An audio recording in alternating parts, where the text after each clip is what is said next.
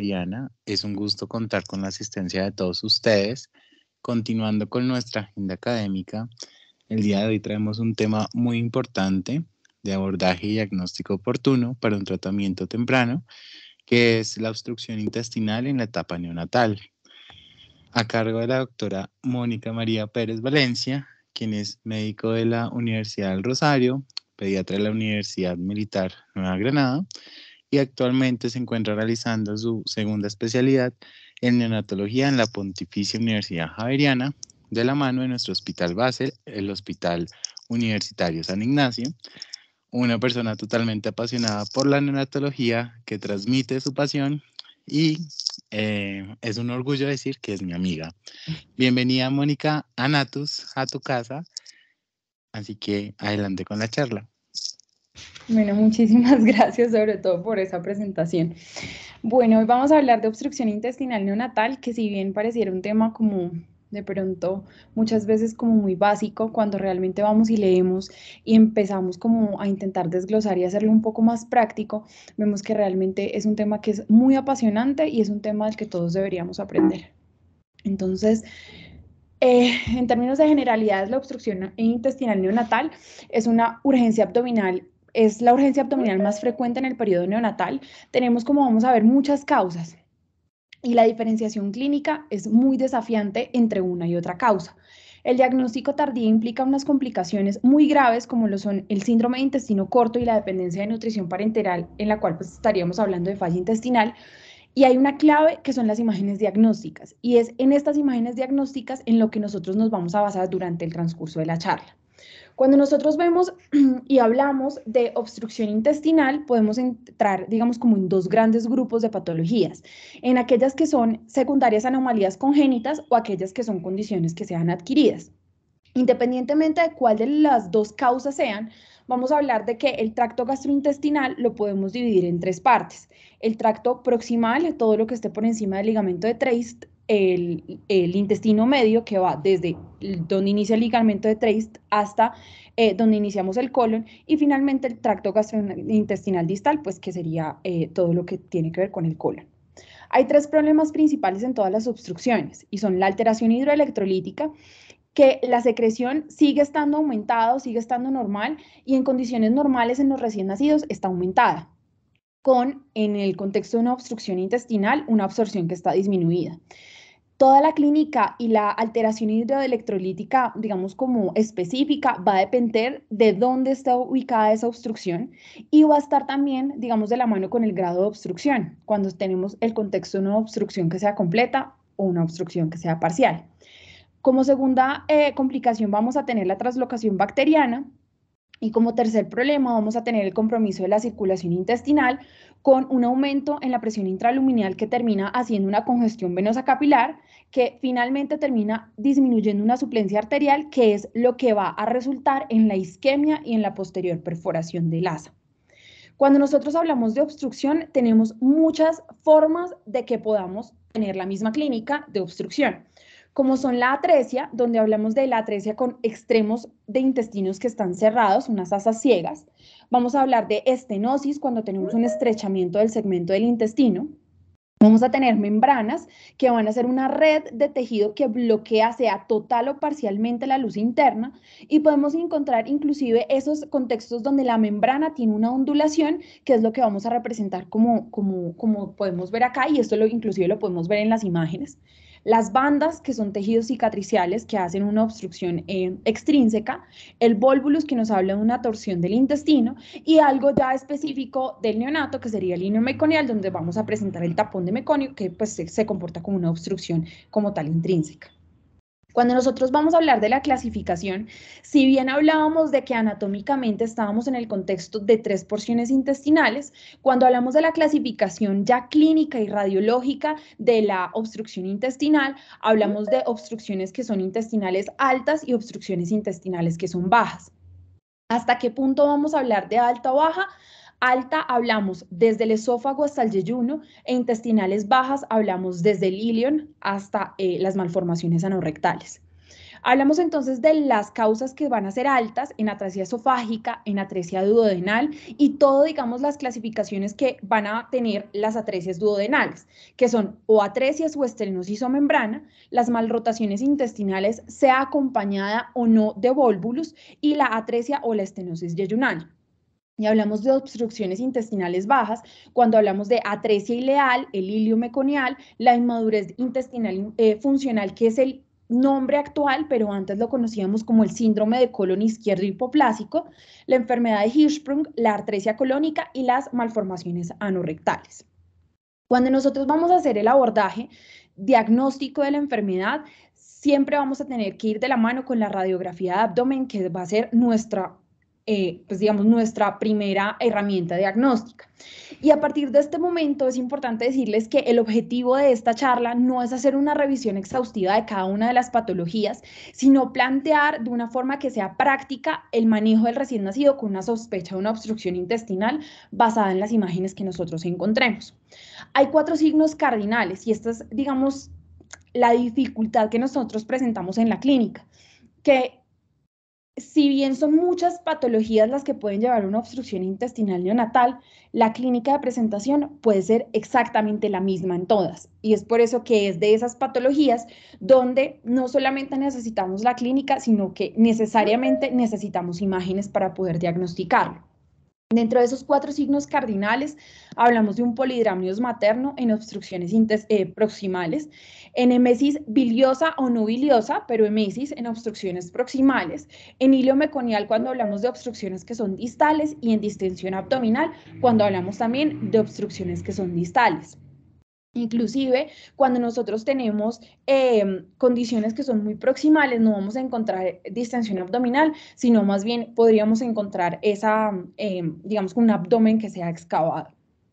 El primer abordaje diagnóstico que vamos a tener es la radiografía de abdomen. Es muy útil para determinar que lo que yo estoy sospechando como una obstrucción intestinal sea realmente algo, digamos que por lo menos radiológicamente, algo normal. O nos sirve también para determinar que efectivamente estoy en el contexto de una obstrucción. Sobre todo nos va a servir para obstrucciones que son altas, pero también pues podríamos tener la clasificación de baja, como ya más adelante lo vamos a ver. Nos sirve para definir qué otra imagen es útil para ese paciente específico y lo más importante, nos sirve para determinar si hay perforación. Cuando nosotros hablamos de la radiografía de abdomen, es muy importante para nosotros desde la neonatología hablar del proceso de neumatización normal del intestino, que es cómo ese intestino se va llenando de gas durante las primeras horas de vida. Y encontramos que hacia más o menos la primera hora de vida podemos encontrar gas en el duodeno. Si le tomáramos una radiografía a las 3 horas de vida, podríamos encontrar que el gas ya está sobre el intestino medio proximal, como sería pues el ejemplo de este caso. Si nosotros le tomamos una radiografía a un neonato sano a las 12 horas de vida, lo que vamos a encontrar es que ya hay un paso de gas en todo el intestino. Y en este punto podríamos encontrar lo que llamamos como el patrón poligonal normal de las heces intestinales del recién nacido. Y hacia las 24 horas de vida ya podríamos encontrar que hay una neumatización de todo el intestino más gas en el recto propiamente, encontrando también ese patrón poligonal que es normal.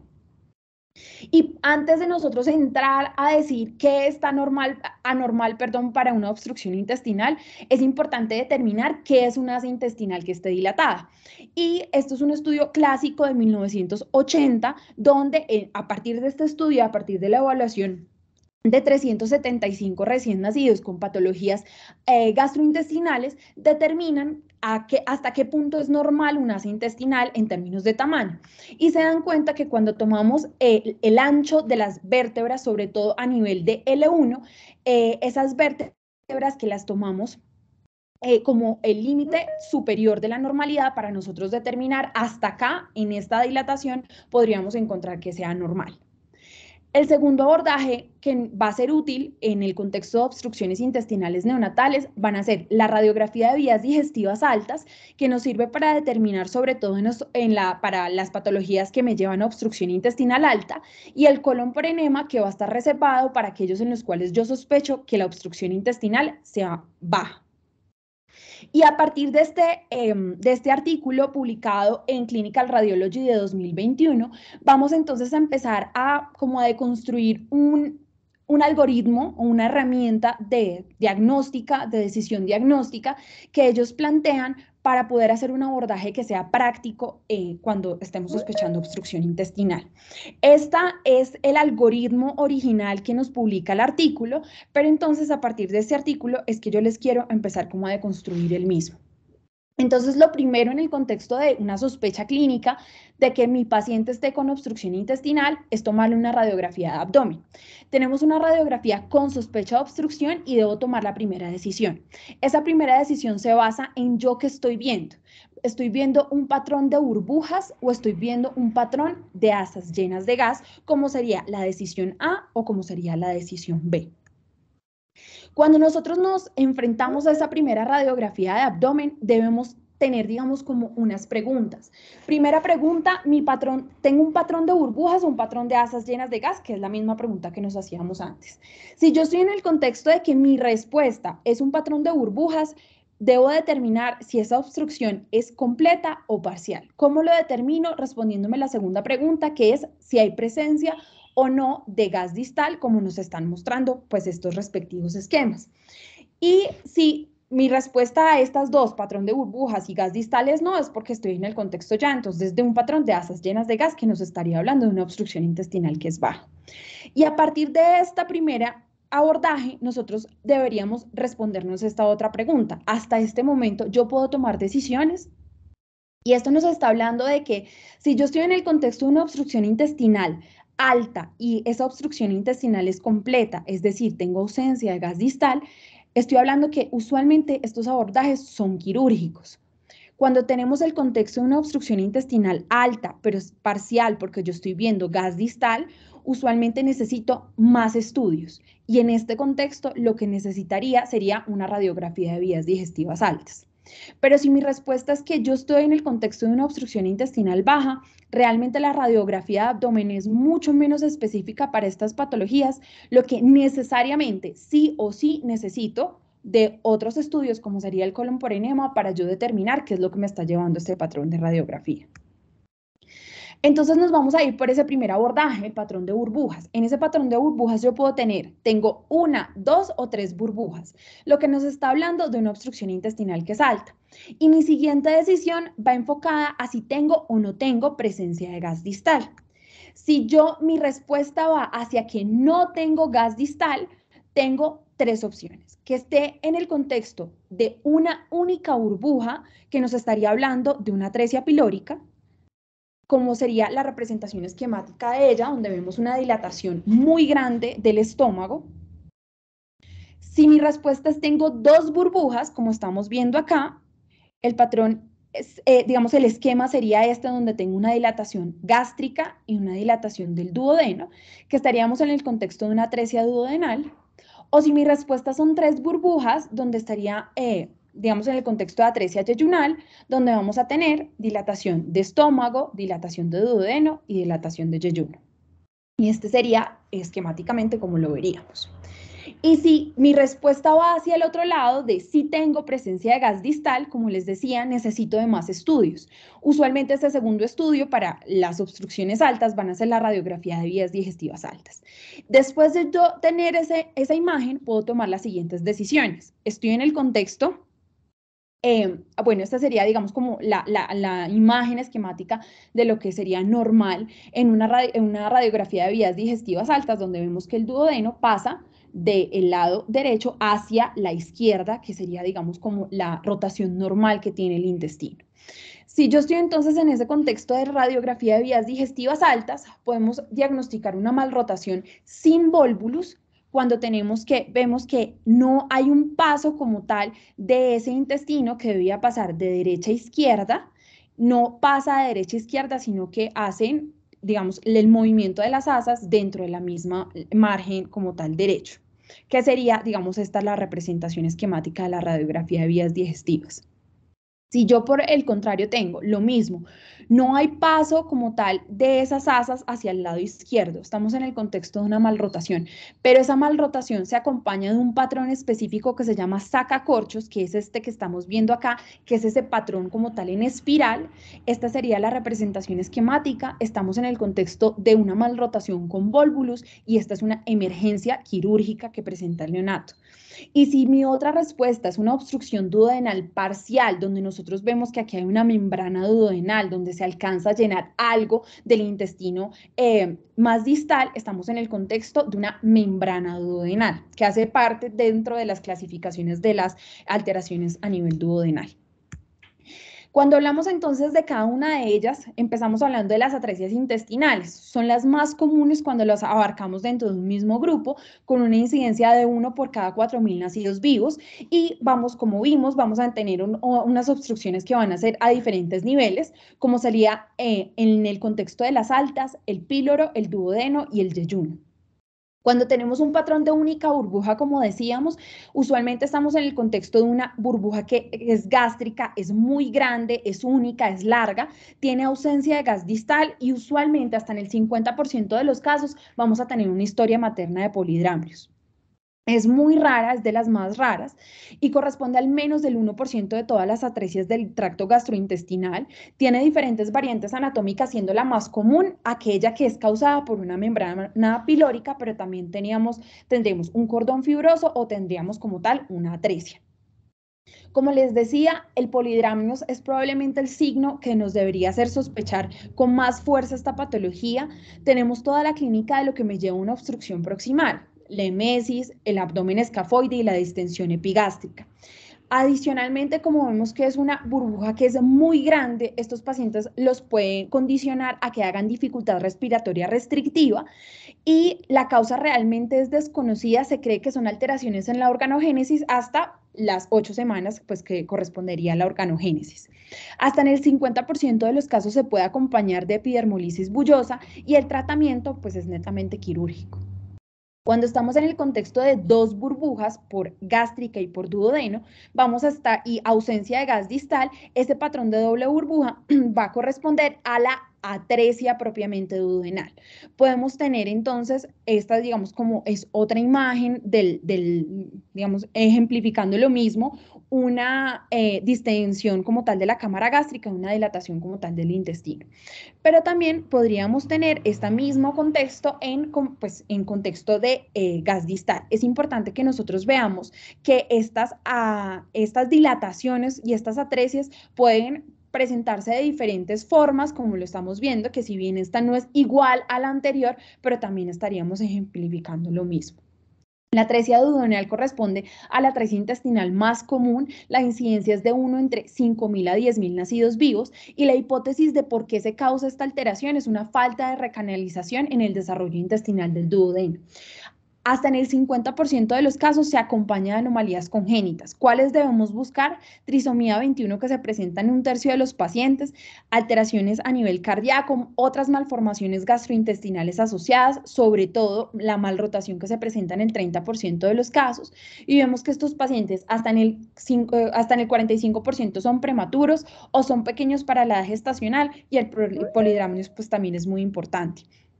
La clasificación la clasificamos en 1, 2 y 3, siendo la estenosis la tipo 1. La estenosis a su vez se clasifica en 3 formas, siendo por compromiso extrínseco como sería la causa de páncreas anular, las membranas intrínsecas como sería el caso de la 1B o en el caso de la 1C un diafragma que sea intrínseco. En el caso de la tipo 2 hablamos ya propiamente de una atresia, donde va a estar conectado el asa proximal con el asa distal a través de un cordón fibroso. Y en el tipo 3 también estamos hablando de una atresia, pero hay una separación que va a ser completa por dos asas que van a estar ciegas. La madre va también a cursar con polidramio, sobre todo hacia segundo o tercer trimestre. El estudio pues nos va a servir la radiografía de abdomen en el contexto de que estemos digamos, hablando de una atresia propiamente, pero la radiografía de vías digestivas altas nos ayuda sobre todo en ese tipo 1, que serían las estenosis, donde podremos caracterizar y descartar si tenemos una malrotación asociada.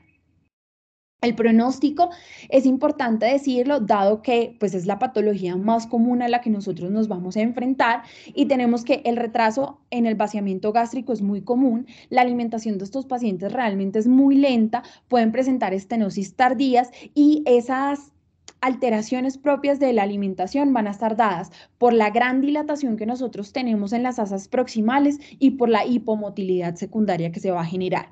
Podemos tener reflujo gastroesofágico, reflujo duodenogástrico, úlcera péptica, megaduodeno. Y si bien la mortalidad es muy baja, pues está relacionada por un lado con otras anomalías que siempre es importante descartarlas y con estancias hospitalarias que van a ser muy prolongadas. Ese mismo patrón de doble burbuja, pero en el contexto de que yo vea gas distal, debo pensar en ese punto en que tengo una estenosis duodenal o tengo una malrotación intestinal.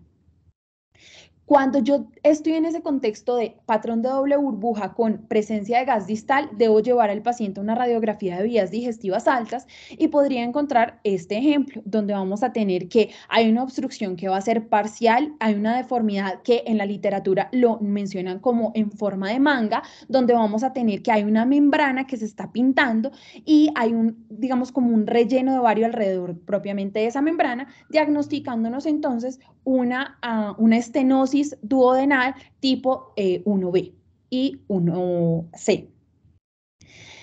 Cuando yo tengo ese patrón de doble burbuja con presencia de gas distal, yo también podría estar en el contexto de que haya un ensanchamiento del duodeno y con ese ensanchamiento del duodeno tenga como un reflujo del medio de contraste hacia la vía biliar. Cuando yo estoy presentando, como es, digamos, como ejemplificado en este caso, cuando yo tengo ese contexto, debemos sospechar de que estemos en la estenosis tipo 1, que es secundaria pues, al páncreas anular. Cuando tengo el patrón de 3 burbujas, vamos a estar entonces en el contexto de lo que sería la atresia yeyunal, que se presenta en 1 de cada 5.000 nacidos vivos, se asocia a prematurez 1 de cada 3 pacientes. La mayoría de casos son esporádicos, aunque se han reportado algunos casos que son familiares, y la hipótesis nos habla de una disrupción vascular durante la vida fetal. Las anomalías congénitas en este caso son raras y sobre todo se presentan anomalías que son gastrointestinales, como serían la malrotación o la gastrosquisis, pero la fibrosis quística, si bien es rara, se podría presentar hasta en el 10% de los casos. Es en esta atresia yeyunal la clasificación que todos conocemos de pues, todos estos tipos de atresias que las podemos clasificar realmente en 4 tipos. Una sería la estenosis, que no clasificaría dentro de las atresias. La tipo 1 ya nos está hablando como tal de estenosis, de atresia, pero sería atresia con pared y con mesenterio intactos, como lo estamos viendo en este ejemplo. La tipo 2 nos está hablando de una atresia que está conectada en ambos cabos por un cordón fibroso. La tipo 3A nos está hablando de que es la más común, donde tenemos una separación de las asas y también tenemos separación como tal del mesenterio. La tipo 3B, que es la de peor pronóstico y es la que todos conocemos como cáscara de manzana, donde vamos a tener que hay una atresia yeyunal proximal con intestino corto y la atresia tipo 4, donde vamos a tener múltiples atresias. Este sería el ejemplo de lo que nosotros encontraríamos como la cáscara de manzana, pues que es la de peor pronóstico. Clínicamente se presenta como obstrucciones proximales y también se podría presentar como obstrucciones distales. El polidramnios ya empieza a ser menos común en este tipo de pacientes y hay un riesgo aumentado de que estos pacientes salgan volvulus tanto prenatal como volvulus postnatal. La malrotación sería el otro ejemplo de malformaciones altas, donde vamos a tener una incidencia de 1 por cada 6.000 nacidos vivos. Hablamos de que es normal que haya una rotación intestinal embriológica. Esa rotación se da en términos de la arteria mesentérica superior con una rotación intestinal 270 grados en sentido antihorario en relación a esa arteria mesentérica superior. Y este proceso se completa más o menos hacia las 12 semanas de gestación. Tiene múltiples asociaciones hasta en el 60% de los casos. siendo las heterotaxias importantes en este contexto, otras malformaciones gastrointestinales, ano imperforado y defectos de pared abdominal. Cuando nosotros hablamos de la clasificación de malrotación, podemos encontrar que no hay como tal la rotación cuando hay una rotación que es incompleta o cuando estamos en términos de malrotación con volvulus asociado. Cuando nosotros estamos hablando de la malrotación, podríamos encontrar que clínicamente puede comportarse como malrotaciones que son con síntomas crónicos o con síntomas agudos, con o sin volvulus, y en la mayoría de los casos podría ser asintomático. El volvulus asociado a la malrotación es inversamente proporcional a la edad gestacional y presentamos que el paciente que va a hacer volvulus, el 50% de ellos lo presentan en la primera semana, el 75% de los pacientes hacia el primer mes, pero tenemos que un 15% restante lo pueden presentar hasta el año, lo que convierte esta patología realmente en una patología que es crónica. Los hallazgos que vamos a encontrar a nivel de la radiografía son hallazgos que son inespecíficos y es por eso que el gold estándar para esta patología en específico va a ser la radiografía de vías digestivas altas, donde podemos determinar dónde está esa posición de la unión entre el duodeno y el yeyuno, determinándolo de si hizo como tal esa rotación hacia la izquierda de lo que hablábamos inicialmente o no la presentó. Ese patrón de sacacorchos del que hablábamos, que es un patrón en espiral, nos habla de una malrotación en contexto de un volvulus, lo que lo convierte en una emergencia quirúrgica. En esta imagen vamos a ver que se muestra como tal la cuarta parte del duodeno, que está inferior a la tercera parte, y en este ejemplo en específico no tenemos ese patrón en espiral, lo que lo va a convertir en una malrotación sin volvulus asociado. Entonces, una vez yo ya hice ese primer abordaje de lo que sería todos mis patrones en burbujas, tendría la otra respuesta posible, que sería el patrón de asas llenas de gas. Ese patrón de asas llenas de gas nos lleva a que tengamos que tomar una segunda decisión.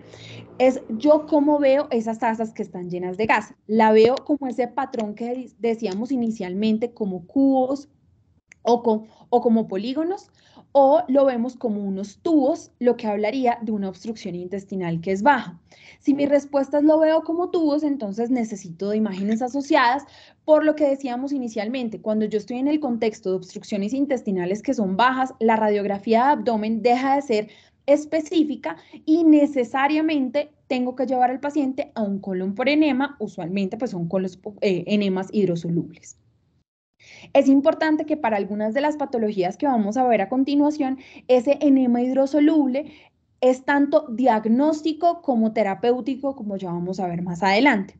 Si yo llevo al paciente a un colon por enema, entonces este sería como el patrón en esquema normal que yo voy a encontrar en ese colon por enema, y eso me lleva a una tercera decisión. ¿Qué estoy viendo yo? Estoy viendo zonas de transición, es decir, zonas de estrechez en ese colon por enema, o lo que yo estoy viendo es microcolon. Para yo poder decir que veo microcolon, es necesario que defina qué es microcolon. El término microcolon, o también se puede reemplazar por colon por desuso, es un colon que es estrecho, no es distensible, y esto se debe a que durante la gestación no ha recibido suficientes secreciones que vayan estimulando el desarrollo para que se deje como tal esa distensión normal. Y nosotros lo podríamos inclusive medir como un diámetro menor de 1 centímetro, o si es menor, a la altura como tal del cuerpo vertebral lumbar tipo L1 o L2. Cuando nosotros entonces vamos a hablar de ese patrón en el colon por enema, estamos en dos respuestas. Estamos en zonas de transición o estamos en microcolon. Si estamos en zonas de transición, las siguientes decisiones se van a basar en lo que yo vea en ese colon por enema. Si yo estoy viendo un colon por enema con una relación recto-sigmoidea invertida, es decir, normalmente la relación entre el recto y el sigmoides va a ser mayor de 1. Recto y sigmoides, siendo más grande el recto que el sigmoides, eso me da una relación mayor de 1. Pero en el contexto de que yo tengo una relación recto-sigmoidea invertida, es decir, mi sigmoides está más grande que mi recto yo voy a tener una relación menor de 1 o para algunos otros autores menor de 0.9, yo tengo que sospechar una enfermedad de Hirschsprung, siendo este punto recto sigmoideo, pues la localización anatómica pues más común de la enfermedad de Hirschsprung. Si yo estoy en el contexto de que tengo algo que se llama la flexura esplénica, perdón, donde yo voy a tener, que voy a encontrar ese colon como si fuese un microcolon específico en este punto, pero voy a encontrar una zona de transición porque en la flexura esplénica yo encuentro que mis asas están distendidas, voy a tener la posibilidad de que esté en el contexto de lo que antes llamábamos como síndrome de colon izquierdo pequeño, o podría ser también una enfermedad de Hirschsprung que no va a estar tan distal, sino una enfermedad que es más proximal. O si yo tengo una zona de transición en cualquier otra parte del colon, voy a encontrar entonces que también voy a estar en el contexto de una enfermedad de Hirschsprung de otro tipo de localización. Si por el otro lado mi respuesta es no, estoy en el contexto de un microcolon, que microcolon para un colon por enema sería esta representación esquemática, entonces yo puedo encontrar varias patologías. Si yo tengo ese microcolon limitado a digamos, todo el colon, pero con un ilion terminal que está muy distendido, estoy en el contexto de un ilio meconial. Si yo tengo un ilion terminal que es pequeño, estoy en el contexto de una atresia ileal. Y si yo tengo un microcolon corto, yo estoy en el contexto de una atresia colónica. Dentro de las otras posibilidades de atresias intestinales que nosotros tenemos, entonces, están las distales, que serían el ilion y el colon.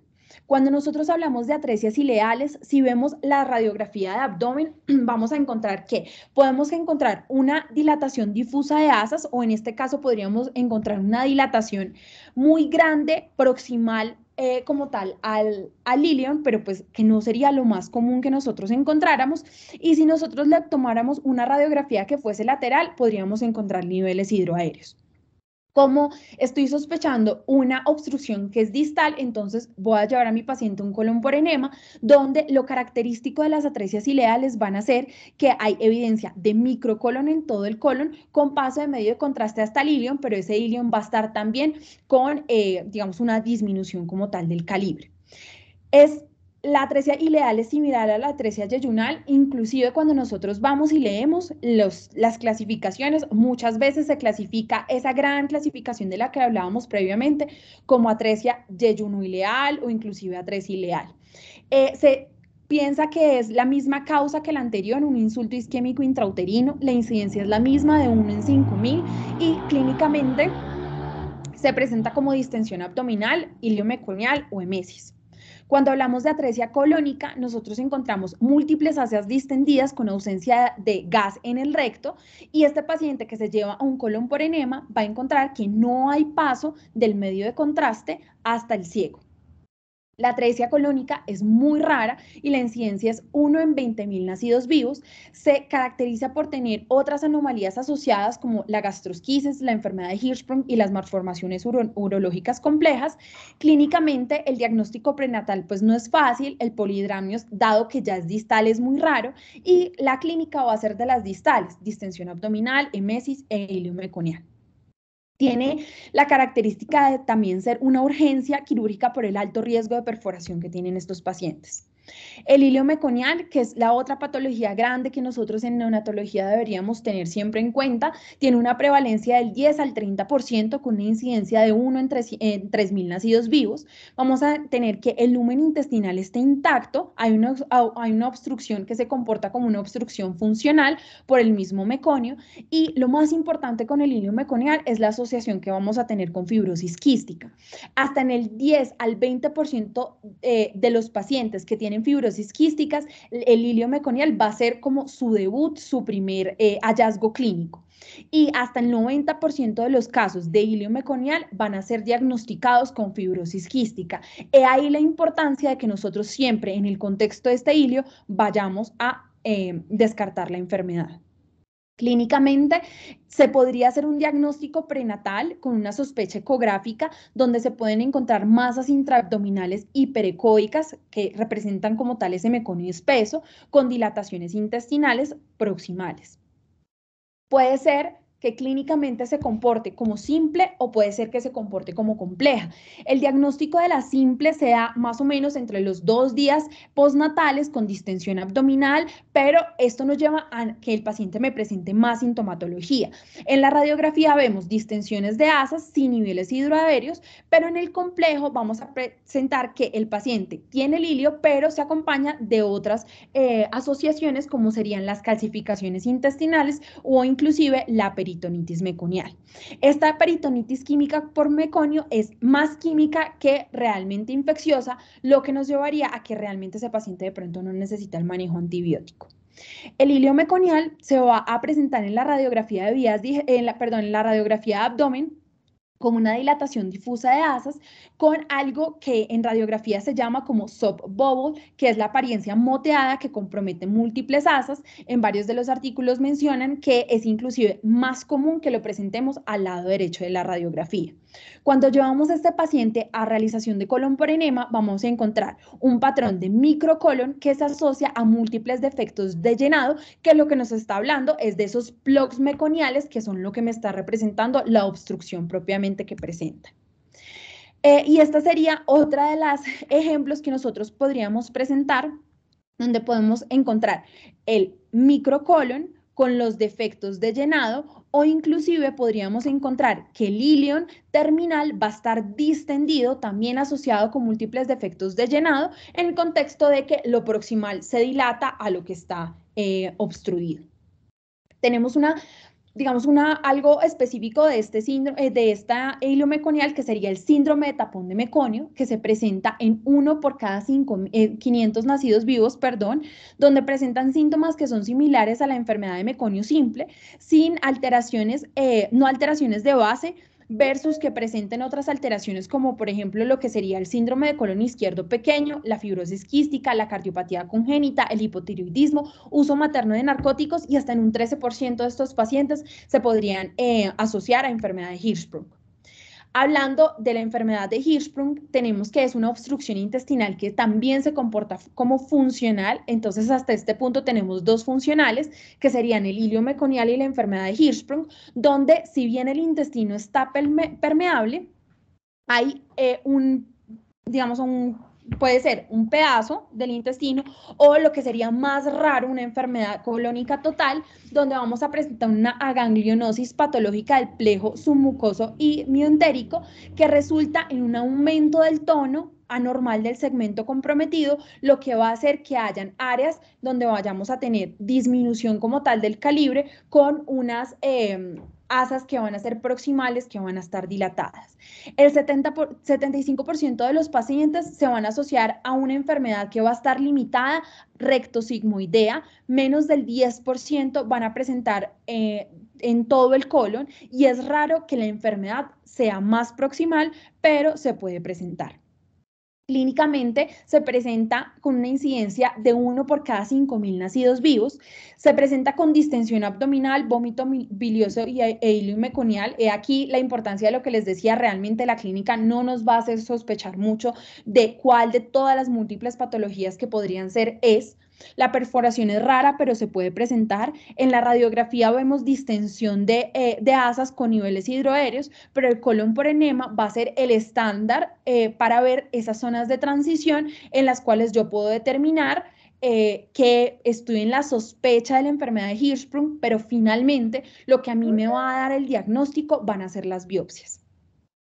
En la radiografía de abdomen vemos una dilatación difusa de asas intestinales con ausencia de gas distal y en la radiografía, en el colon por enema, vamos a presentar que puede haber esta clásica donde vamos a tener esa relación invertida entre el sigmoides y el recto o inclusive podríamos presentar en la AP este patrón de sacacorchos a nivel de la unión recto-sigmoidea que también me estaría hablando de enfermedad de Hirschsprung. Esa relación rectosigmoidea invertida, como les decía inicialmente, es menor de 1 o inclusive para algunos autores es menor de 0.9 y nos habla de ese punto de transición agangliónico de ese intestino. Mucho más raro sería la enfermedad de Hirschsprung total, donde vamos a tener que hay una como una apariencia de asas dilatadas proximales que van disminuyendo progresivamente de calibre hacia el colon y da esa apariencia similar que veíamos inicialmente del hilio meconial hacia que sea un microcolon, pero realmente lo que estamos hablando es que es un paciente que tiene una enfermedad de Hirschsprung colónica total.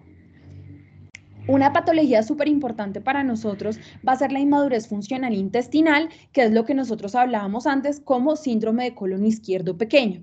Hay una confusión realmente alrededor de la entidad, puede llamarse como PLOC meconial o como el síndrome de colon izquierdo pequeño, pero este nuevo término nos habla realmente de cuál es su base patológica propiamente.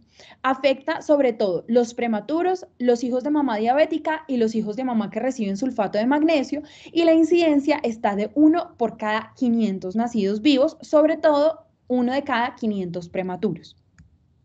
Vamos a tener que el término o la definición de inmadurez funcional intestinal describe la causa de base, que es una obstrucción funcional que es transitoria, y esta obstrucción funcional se da principalmente por una inmadurez de los plejos mioentéricos y submucoso que presentan pobre migración, que genera una pobre migración de ese meconio y clínicamente se va a comportar como una distensión abdominal y como hilio meconial.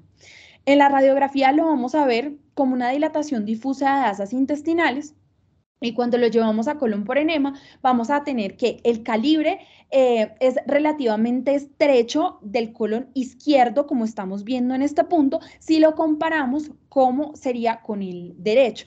Y hay unos defectos de llenado, como lo veíamos en el hilio meconial, que también se presenta en esta patología, donde vemos esos plugs meconiales, sobre todo a nivel del colon derecho. Esta es otro colon por enema en el cual nosotros podríamos ver ese mismo comportamiento, donde vamos a tener esa apariencia de microcolon izquierdo en relación cuando lo comparamos con las asas intestinales derechas. Y podemos ver cómo también tenemos esos plugs meconiales. Y eso es todo.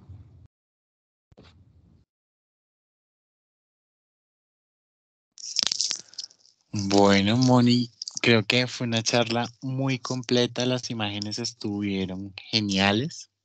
De verdad que creo que abordaste muchos temas de suma importancia para el pediatra y para el neonatólogo de la unidad de cuidado intensivo neonatal. Y estamos seguros que de aquí van a salir muchas ideas de proyectos de investigación para nuestro semillero. Doctora Yaris, doctora Anita, ¿algún comentario de la charla de Moni? Hola, Iván, No, realmente excelente. estuvo muy completa, sí, excelente la presentación, Mónica, muy completa. No sé si alguien tenga algún comentario, algún aporte, porque no sé si finalmente la doctora Paula se pudo conectar, nuestra cirujana. Sí, la doctora Paula se conectó, pero estaba esperando paciente en salas, entonces tuvo que salir de la reunión. Ah, ok, gracias. No sé si alguien tenga algún comentario. ¿Alguien tiene alguna pregunta o algún comentario sobre el tema?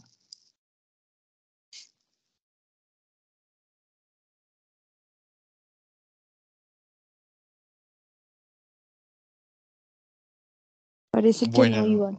creo que quedó supremamente claro el tema y aprovechamos antes de cerrar, invitarlos para que nos sigan en nuestras redes sociales. En Instagram aparecemos como Natus, raya baja, PUJ, y en el canal de YouTube de nuestro semillero, que es Natus Javeriana.